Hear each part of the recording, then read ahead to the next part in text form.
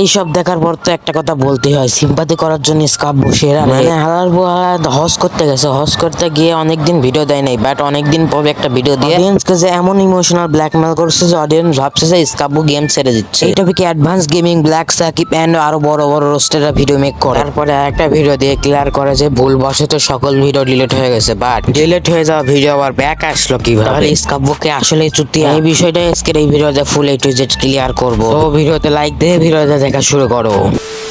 Hey guys, this is I'm the Roaster and welcome back. I hope তোমরা সকলে ভালো আছো and আমি আলহামদুলিল্লাহ। আজকে কোন টপিকে ভিডিও, এখন ভিডিও দেখে হয়তো বুঝেই গেছো তোমরা। স্কাব্বোকে আসলে চুতিয়া, স্কাব্বোকে অডিয়েন্সকে আসলে চুতিয়া বানাচ্ছে, সিম্পাথি নিচ্ছে। ভিডিও প্রাইভেট করে দিয়া, মানে প্রাইভেট করে দিয়েছেন কেন? চ্যানেলে কোনো ভিডিওই নাই। প্রাইভেট করে না, ডিলিট করে দিস।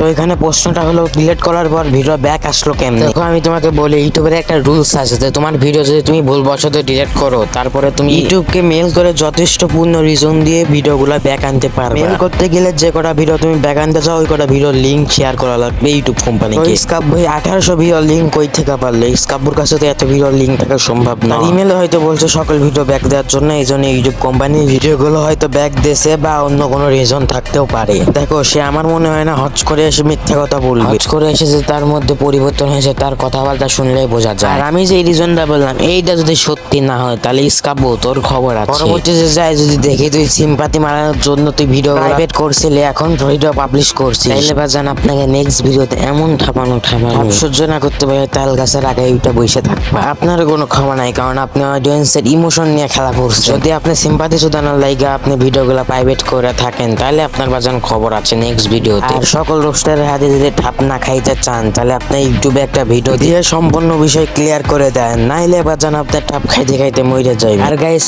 তোমরা যদি এই টপিকে নেক্সট আর একটা ভিডিও চাও তাহলে কমেন্ট করো পার্ট 2 চাই।